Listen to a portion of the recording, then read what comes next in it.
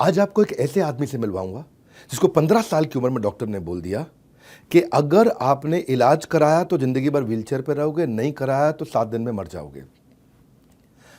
समझ रहे हैं मेरी बात को? इधर गड्ढा उधर खाई। बहुत कठिन जीवन से निकला है आदमी। इसको बोलते हैं भारत का आर्नोल्ड श्वार्ज़नेगर।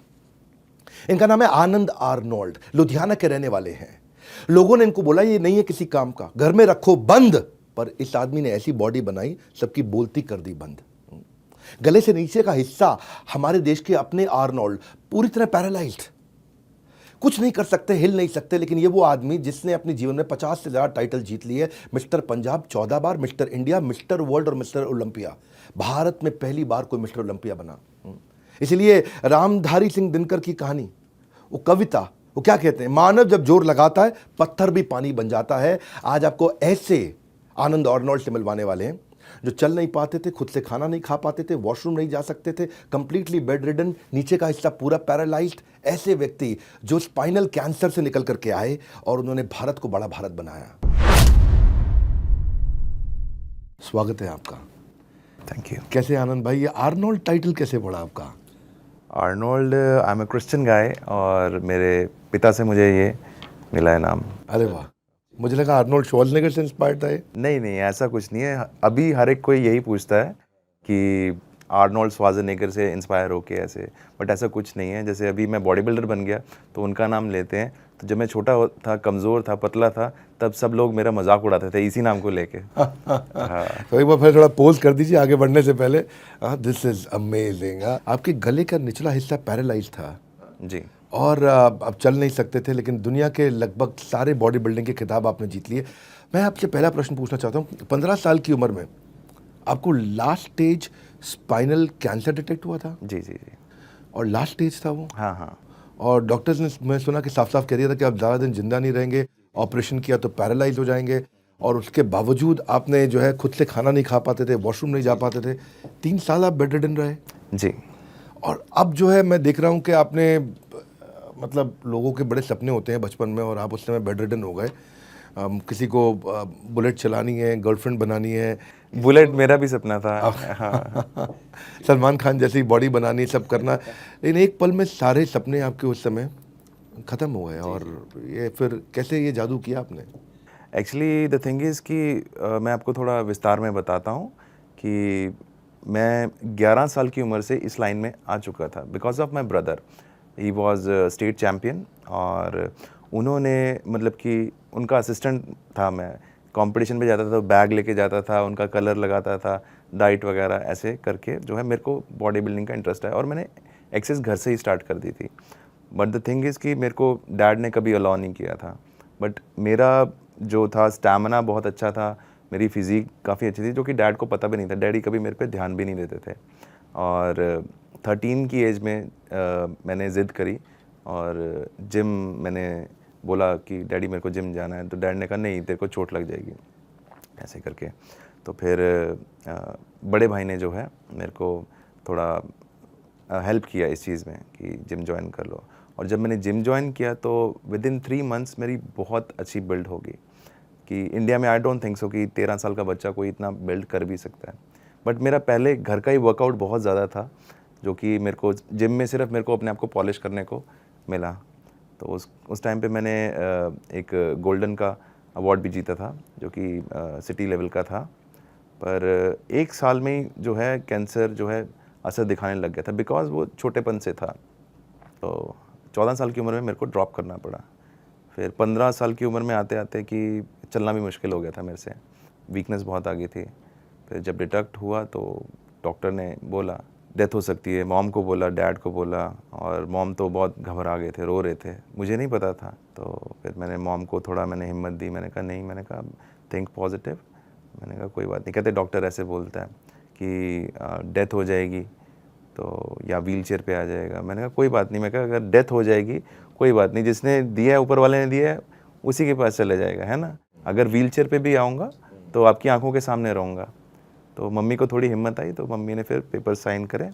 देन जो है आगे प्रोसेस स्टार्ट हुआ। आप 15 साल के थे तब? जी, 15 साल का था। फिर 3 साल आप बेड पर रहे? जी बिल्कुल। और उसके बाद फिर आपने जाना शुरू किया, पर तब आप व्हील चेयर पर आ गए थे? बिल्कुल, आफ्टर ऑपरेशन तो सब ख़त्म हो गया था। 3 साल मैंने जो है फ़िज़ियोथेरेपी को दिए। तो फ़िज़ियोथेरेपी मेरे डॉक्टर्स थे, उन्होंने मेरे को मतलब कि सिखाया कि खुद को कैसे शिफ्ट करना व्हीलचेयर पे, तो उन्होंने सब कुछ यूज़ करना मेरे को सिखाया। एक अपने घर पे आपने शुरुआत के दिनों में कैसे अपने डेली लाइफस्टाइल को मैनेज किया? वॉशरूम जाना, काम करना, मेरे मॉम कुछ मेरे भी को करना? करते थे क्लीन वगैरह सब कुछ। तो जब तक मैं तो 1 चम्मच से खाना भी नहीं खा सकता था। तो फिर फ़िज़ियोथेरेपी करी तो मूवमेंट्स वगैरह आईं, तो हौली-हौली करके सारा कुछ सीखा। लेकिन आम आदमी के लिए तो बहुत आसान है ना, ट्रैक सूट पहना, जूते पहने, बैग टांगा और फट से जिम पहुंच गए। और आपके लिए जिम जाना तो मतलब एक बहुत इट्स अ बड़ा चैलेंज। हाँ, ये तो मतलब बहुत टास्क है अपने आप में। जिम जाना ऐसा लगता है कि जैसे कहीं बड़े ट्रैवल पर निकल रहे हो, उतनी तैयारी करनी पड़ती। तो आप ये कंसिस्टेंसी, ये मेहनत, ये कैसे किया आपने ये? पता नहीं सर, बस मेरे को प्यार था जिम से, अभी भी है। इवन कि मैं 70 साल तक ऐसे ही करूँगा, मेरा ये गोल है। और अभी आप 34? या नाउ आई एम 34। ये शायद मतलब किसी ने कभी सोचा नहीं होगा कि जो आदमी ऐसे पैरालाइज्ड हो वो जिम जा सकता है। और मतलब होटल में जाना, फ्लाइट पकड़ना, कंपटीशन में जाना, इतनी तैयारियां करना, तो बहुत मुश्किल लगता है। आपने किया कैसे फिर इसको? ऐसा है, by the grace of God मेरे 2-4 दोस्त हैं, बहुत ही अच्छे हैं, और जहाँ पर भी मेरे को ज़रूरत पड़ती है वो हमेशा मेरे लिए स्टैंड करते हैं। तो उनकी भी मेरे को बहुत बड़ी हेल्प रही है मेरी लाइफ में।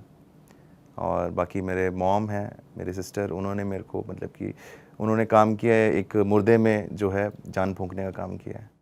तो आज अगर मैं ज़िंदा हूँ तो अपनी मॉम की वजह से हूँ। मैं सुना है कि जब भी आप ट्रैवल करते हैं या इंटेंस वर्कआउट करते हैं तो आपकी जो है थोड़ी बोन्स डिसलोकेट हो जाती है, जिससे आपको बड़ा पेन भी होता है। जी, जी, जी। एक्चुअली मेरा जब सर्जरी हुई थी ना, कैंसर जो है इतना क्रॉनिक था कि वो बोन को भी खा गया था, एक पार्ट। तो एक पार्ट जो है उन्होंने निकाल दिया, उसकी जगह जो है आर्टिफ़िशियल ग्लू सीमेंट बोलते हैं उसको, बोन सीमेंट, उसको फिट किया उन्होंने। तो वो कभी भी जो है हिल सकता है। तो वो दर्द करता है अभी?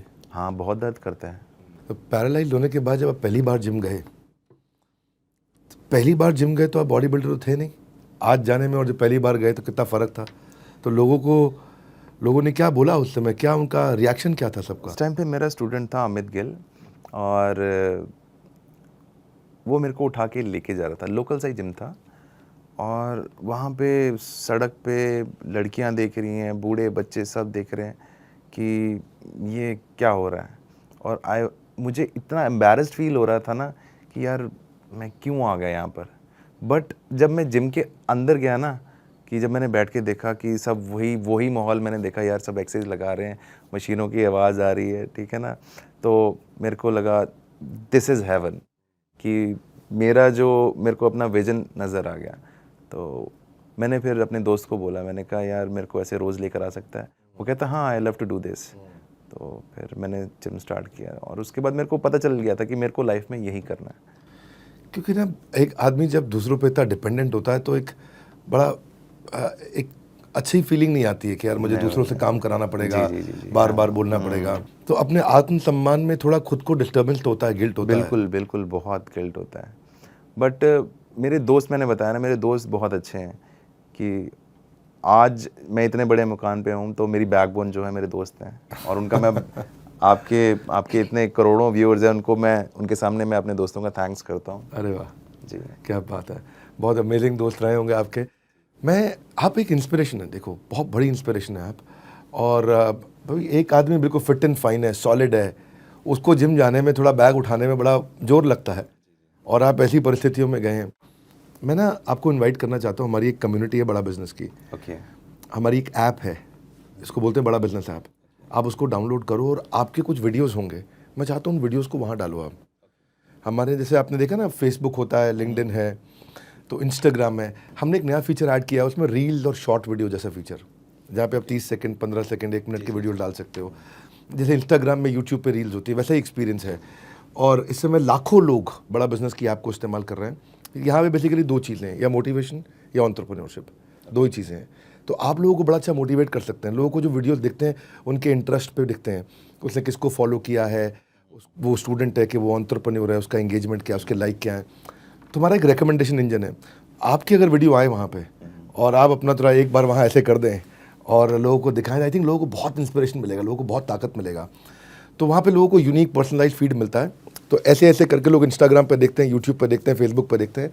ऐसे ही लोग अब एंटरप्रेन्योरशिप और मोटिवेशन पे हमारे साथ आके, आप लोगों ने भी बड़ा बिजनेस ऐप डाउनलोड करिए और आनंद को हम इनवाइट करेंगे कि आनंद अपने वहाँ सारे वीडियोस डालें।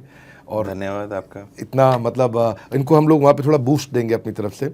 वो हमारे हाथ में है, हम आपको बूस्ट दे सकते हैं विदाउट यू स्पेंडिंग मनी। आपको पैसा खर्च करने की ज़रूरत नहीं है। पर मैं आपकी कॉलीग से, आपके फ्रेंड से भी मिला था मैं सबसे, वो बोलते हैं ताकत यहाँ नहीं है, यहाँ है। जी, बड़ी अच्छी लगी मुझे उनकी बात, ये ताकत यहाँ नहीं है, यहाँ है।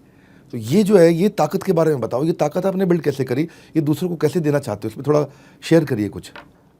मेरा ऐसा है कि मेरा एक एक्सपीरियंस है। बचपन से मैं बहुत स्पिरिचुअल हूँ और मैं प्रेयर में जो है परमेश्वर से मैं बात करता हूँ। और जब मेरे मॉम रोए ना, तो मैंने उनको हौसला दिया, बट अंदर ही अंदर मैंने परमेश्वर से प्रार्थना करी। मैंने कहा, हे परमेश्वर, मैं अपनी देह जो है ये मैं आपके हाथों में सौंप रहा हूँ और अब आपको जो करना है, क्योंकि इंसान तो बस इंसान है ना।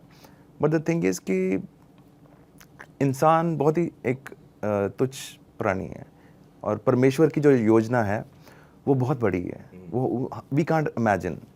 तो मैंने जो सोचा था कि हाँ, कुछ जैसे आम लोग सोचते हैं, तो अगर मैं ठीक होता तो आज मैं आम लोगों जैसा ही होता।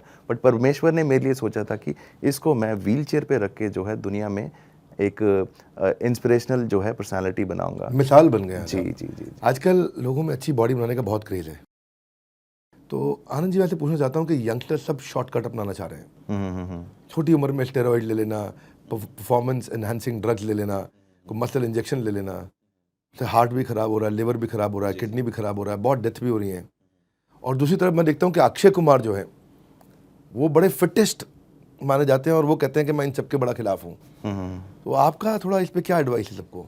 फर्स्ट ऑफ ऑल मैं ये बोलूँगा, वो इनके खिलाफ है, पर वो प्रोटीन्स की तो ऐड कर रहे हैं ना। वो प्रोटीन कोई गलत बात नहीं है, वो मिल्क प्रोडक्ट से ही जो है वो बनता है। If you are taking right, अगर आपको पता है मेरे को इतना खाना है और इसके बाद मुझे इतना पानी मेरी बॉडी को चाहिए है, तो वो कोई गलत बात नहीं है।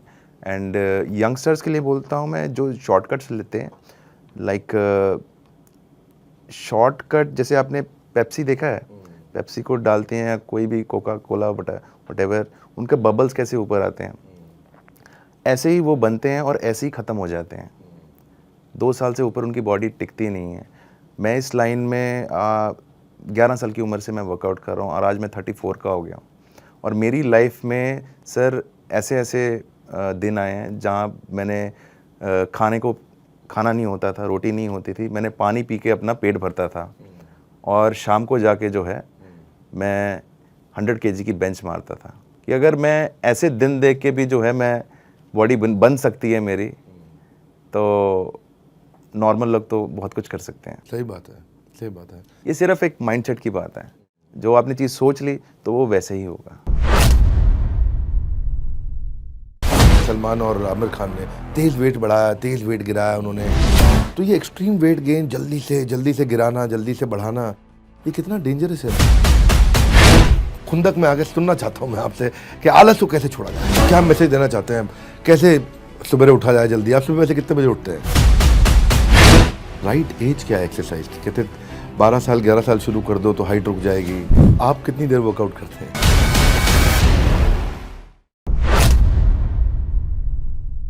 अच्छा, कई बार ना अब जल्दीबाजी के चक्कर में लोग रहते हैं। अब मैंने मूवी देखी है, वो गजनी है, दंगल है, सुल्तान है। इसमें भी ये शाहरुख ने सलमान और आमिर खान ने तेज़ वेट बढ़ाया, तेज़ वेट गिराया उन्होंने। शेन वॉर्न का भी एग्जाम्पल हमने देखा अभी, एक्सट्रीम लिक्विड डाइट पर है वो 21 दिन खाली चाय पी रहे हैं, पानी पी रहे हैं, एक्सट्रीम लिक्विड डाइट पर है। और तो ये एक्सट्रीम वेट गेन जल्दी से गिराना, जल्दी से बढ़ाना, ये कितना डेंजरस है? मतलब आपने हाँ, ऑफ कोर्स ये डेंजरस है, इसमें कुछ भी हो सकता है। If you are doing very hard work, जैसे कि ये हीरोज़ वगैरह जो भी करते हैं, ये हेल्दी नहीं है। बिकॉज आप खाना कम करते हैं, सब कुछ कम कर देते हैं, फिर आप वर्कआउट इतना ज़्यादा करते हैं, this is not healthy. Healthy वो है अगर आप अपना सही खाना खाएं, न्यूट्रिशन पूरा लें और वर्कआउट फिर हार्ड करें, वो हेल्दी है। लाइक आपने मिल्खा सिंह देखे हैं, और भी ऐसे बहुत बड़े बड़े एथलीट्स हैं। प्रेमचंद जी जो हैं, प्रेमचंद डोगरा। जी प्रेमचंद डेगरा, वो भी जो हैं मैं उनसे मिला हूँ और ही इज़ माई हीरो। मैं उनको बहुत इज्जत देता हूँ। उनका भी यही कहना है, वो तो कहते हैं कि देसी घी भी खाओ। तो this is the right way. अगर आपका वर्कआउट सही है ना, अगर डाइट सही है, तो बॉडी तो कमाल की बनेगी ही बनेगी। तो एक सबसे इम्पॉर्टेंट चीज़ जो मुझे लगता है इम्पॉर्टेंट लेसन सब लेना चाहते हैं आपसे, वो है कंसिस्टेंसी। वो कहते हैं आलसी आदमी का ना वर्तमान है ना भविष्य है। बिल्कुल। आलसी आदमी किसी काम का नहीं है। और आप जो मेहनत कर रहे हैं वो मेरे को लगता है सबसे अच्छा एग्जाम्पल है कि आज आपके लिए जिम जाना और बाकी लोगों के लिए जिम जाना में बहुत डिफरेंस है। बहुत डिफरेंस है। तो आप क्या कहते हैं ये आलसीपन को कैसे बाहर निकाले? आज कुछ ताबड़तोड़ मोटिवेशन दे दीजिए ज़िंदगी से निकाल के, क्या सार देना चाहते हैं आप? कहिए मतलब थोड़ा खुंदक में आगे सुनना चाहता हूँ मैं आपसे कि आलस को कैसे छोड़ा जाए। आलस को देखो ऐसे छोड़ा जाए कि अगर आप कोई भी काम कर लें, ठीक है ना, लाइक जो आप भी काम कर रहे हैं, ठीक है ना, और हर एक इंसान के दिल में आलस होता है। ये आप भी जानते हैं, मैं भी जानता हूँ, क्योंकि मेरे साथ भी ऐसा होता है कभी। बट जो इंसान उस चीज़ को इग्नोर करके आगे निकल जाता है, वो अपनी लाइफ में हमेशा आगे रहता है। जो कि जो इंसान आगे अपने हमेशा आलस रखता है, नहीं मैं आज चलो ऐसे कर लेता हूँ, वैसे कर लेता हूँ, चीट कर लेता हूँ, वो लाइफ में हमेशा ही पीछे रहेगा। क्या मैसेज देना चाहते हैं? कैसे सुबह उठा जाए जल्दी? आप सुबह वैसे कितने बजे उठते हैं? मैं तो 4 बजे उठ जाता हूँ। 4 बजे? हाँ, 4-5 बजे मैं उठ जाता हूँ। मन नहीं लगता भाई? सब लोग को चाहते हैं, बिस्तर को कौन छोड़ना चाहता सर्दी में सुबह? नहीं सर, मैं सारा टाइम बिस्तर में ही रहता हूँ। हाँ, मैं मतलब कि मेरी लाइफ नॉर्मल पीपल जैसी नहीं है। सही बात है जी। सही बात है। तो फिर आपका क्या शेड्यूल रहता है? मॉर्निंग में वर्कआउट करते हैं, इवनिंग नहीं, इवनिंग में करता हूँ। पूरा दिन जो है डाइट की लोडिंग करता हूँ और 2 स्लीप लेता हूँ मैं। स्लीप बहुत ज़रूरी है। तो अगर मैं स्लीप ना लूँ अच्छे से तो मेरी वर्कआउट अच्छा नहीं रहता। तो स्लीप लेके फिर जो है फ्रेश होके नहा के देन मेरा वर्कआउट रहता है। आपका भी कोई चीट मील डे होता है? ये चीट मील का कॉन्सेप्ट ठीक है गलत है, इसके बारे में क्या कहेंगे? नहीं, अगर हम जैसे लाइक अगर कोई हाई प्रोटीन डाइट पे है, अपने किसी कंपटीशन के प्रेप पे है, तो हाँ उनके लिए ज़रूरी है, बिकॉज वीकनेस आ जाती है। अच्छा। ओनली डाइट लेते हैं और कार्ब हमारी थोड़ी होती है, कैलोरी स्टॉप कर देते हैं, तो चीट डे होना चाहिए। उसमें जो है हमको सारा जो है न्यूट्रिशन प्रॉपर मिलता है। आपकी कहानी ऑर्डिनरी से एक्स्ट्राऑर्डिनरी बनी है। इसमें मैंने सुना अभी आप एक कोई मूवी भी करके आए हैं। जी। साउथ इंडियन मूवी थी वो? जी, सुप्रीम खिलाड़ी। सुप्रीम खिलाड़ी कब आई मूवी है? ये आई थिंक 2017 में आई थी। अच्छा। हाँ, तो मतलब कि रेंडमली मेरे को कॉल आया ऐसे करके और बोलते कि आप ऐसे एक्टिंग करेंगे। तो मैंने अपने पेरेंट्स से पूछा कि ऐसे मेरे को है। वो कहते अगर आपको ठीक लगता है तो कहते कर लो। तो मैंने कर लिया और by the grace of God वो सारा हिट हो गया, एक्शन जो था। तो बस आज सब देखते हैं। आप इंडियाज़ गॉट टैलेंट में भी आए थे? जी। वहाँ कुछ आपने व्हील चेयर के साथ रस्सी चढ़ गए थे? वो एक्चुअली किसी को पता नहीं है उसकी बैक स्टेज स्टोरी। उससे मेरा सिलेक्शन हो गया था पहले, और इन बिटवीन जो है मेरे पैर जल गए थे, और उसी हालत में मैं वहाँ पे गया। और मेरा दोस्त था एक अमन, वो मेरे को टेक केयर करता था, मेरे ड्रेसिंग करता था, सुबह शाम 2 टाइम होता था। तो इवन ग्रीन रूम में मैं अपने पैरों को ऊपर रख के लेटता था ताकि उसमें से जो है पस ना गिरे। और उसी हालत में मैंने रिहर्सल्स करी, और जब फाइनल था तो वहाँ पे एक कोरियोग्राफर थे जो कि आज की डेट में जज बन के आते हैं, नाम नहीं लूँगा उनका। तो उन्होंने मेरे को बोला कि 3 बारी करो। मैंने एक ट्राई किया, दूसरा किया, कहते करो एक बारी और करो। मैं कहा नहीं सर, बहुत पावर लगती है इस चीज़ के लिए। तो मैं फाइनल टेक के लिए जो है अपनी पावर मैंने बचा के रखी है। तो उन्होंने काफ़ी फोर्स किया। फिर जब मैंने किया तो मेरा ये मसल फट गया, ब्रेक हो गया यहाँ से।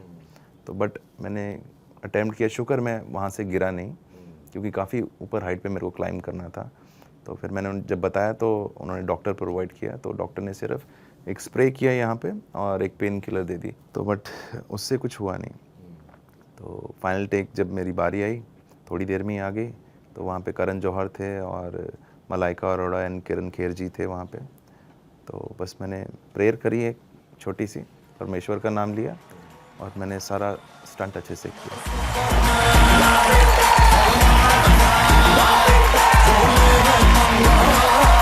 अब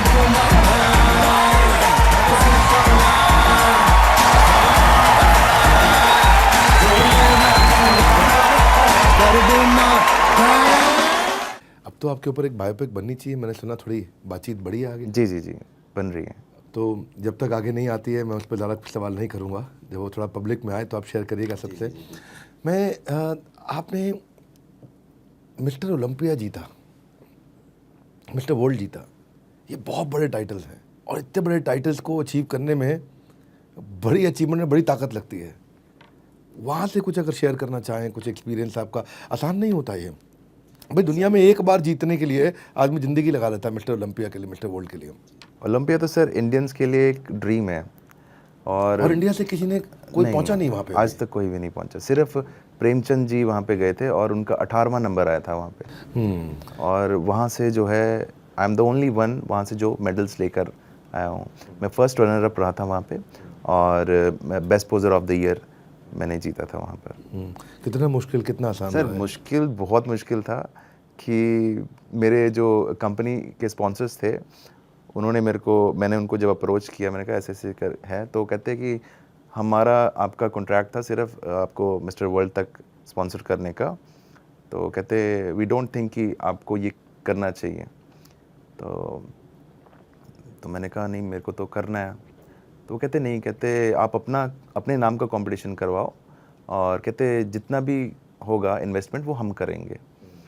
तो कहते आप मिस्टर वर्ल्ड बन गए हो, बस ये बहुत है। तो मिस्टर ओलंपिया में मैं लोन लेके फिर मैं उधर गया था। तो मेरे मॉम ने मुझे बहुत रोका, कहते मत जा बेटा। मैं कहा नहीं, मेरे को जाना ही है। अकेले तो बहुत मुश्किल है। नहीं, मेरे अमेरिका में भी मेरे बहुत अच्छे अच्छे दोस्त हैं, तो आई एम ब्लेस्ड, मेरे दोस्त सारी जगह बहुत अच्छे हैं। तो वहाँ पे मेरी पूरी टीम है, तो वहाँ पे उन्होंने टेक केयर किया मुझे। मेरा इस चीज़ को लेके विजन भी है, जो भी अभी मैं ये कर रहा हूँ, ये सारे काम कर रहा हूँ, बिकॉज़ इंडिया में जो है डिसेबल्स को जो है वो रिस्पेक्ट नहीं दी जाती। इवन कि डिसेबल्स की शादियाँ भी नहीं होती सर। सही बात है। हाँ, कि सब लोग जो है तुच्छ नज़र से देखते हैं उनको। तो मेरा पूरा विजन ही ये है कि उनको एक रिस्पेक्ट मिले। सही बात है। मैं एक शो लेकर आ रहा हूँ, उसका जो टाइटल है आनंद आर्नोल्ड क्लासिक है, और ये वर्ल्ड का पहला शो है जो कि एक व्हीलचेयर पर्सन जो है पब्लिक में लेकर आ रहा है। और इसमें जो है कैटेगरीज रहेंगे 8-9 कैटेगरीज रहेंगे, जिसमें men body building, men physique और women body building, women physique, women figure, handicap, wheelchair और वेटरन, सारी कैटेगरीज होंगी। और इसमें जो है हम अभी बॉडी बिल्डिंग में जो ओवरऑल जीतेगा हम उसको एक ब्रांड न्यू कार दे रहे हैं, और बाकी जो अपने अपने कैटेगरीज में जो है जीतेंगे उनको बाइक देंगे, वुमेन्स को जो स्कूटी देंगे, और हैंडीकैप्स को जो है वो ट्राई बाइक देंगे। कब ला रहे हैं आप शो? ये है जून 11 से 12 को, ये होगा अपने जयपुर में होगा, राजस्थान में। तो बस कुछ ही दिन बचे हैं अब आपका ये शो आने में। Let's look forward to this show with all enthusiasm, excitement. I am trying to sum it up. Anand की जीत उसी दिन हो गई थी जिस दिन छोटी उम्र में इन्होंने वापस जब पहली बार जिम गए और उनका विजन इनको दिख गया था, जिस दिन उन्होंने ठान लिया था कि दुनिया में सबसे अच्छी अपनी बॉडी बनाएंगे। थैंक यू आनंद, आपसे मुझे 2 बड़ी लर्निंग्स मिली। डिसेबल का मतलब है this is able, disable, this is able. My ability is stronger than my disability. ऐसे ही इसे हम बड़ा भारत शो नहीं कहते हैं। इस वीडियो को अपने सर्कल में शेयर करिए, और क्या मुझे बताना पड़ेगा किसको शेयर करिए? हर उस आदमी को जिसको एक इन्फीरियोरिटी कॉम्प्लेक्स है, हर वो आदमी जो आलसी है या अंडर कॉन्फिडेंट है, हर वो आदमी जो फिजिकली वीक है, या वो आदमी जो इस समय आगे बढ़ना चाहता है, उसको इंस्पिरेशन चाहिए।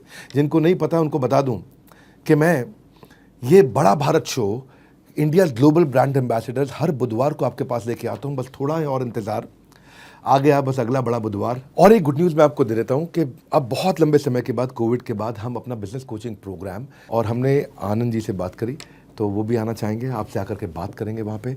और आप भी अपनी टिकट ब्लॉक करा लीजिए। वैसे टिकट सारी खत्म हो चुकी हैं, कुछ डायमंड कैटेगरी की कुछ बची हैं और रॉयल डायमंड कुछ बची हैं, पता कर लीजिए। तो आनंद आप आएंगे वहाँ पे आकर? डेफिनेटली, आप आके लोगों को इंस्पायर करेंगे वहाँ पे? Definitely, I love to do this. तो ऐसे कई सारे स्पीकर ला रहे हैं जो आकर के वहाँ पे आपको इंस्पायर करेंगे और एंटरप्रेन्योरशिप पे सिखाएंगे आपको।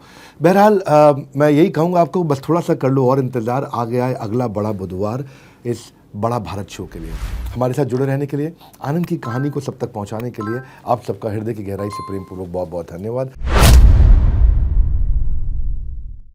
मेरे ख्याल में शायद आप पहले लिरिसिस्ट हैं या राइटर हैं जिन्होंने सम्मान के लिए आवाज उठाई। भारत तो है न्यूट्रल होने की कोशिश करता है और यहाँ सेक्युलरिज्म की बात होती है और आप कहते हैं सेक्युलरिज्म स्कैम है, तो क्या सेक्युलर होना गलत है?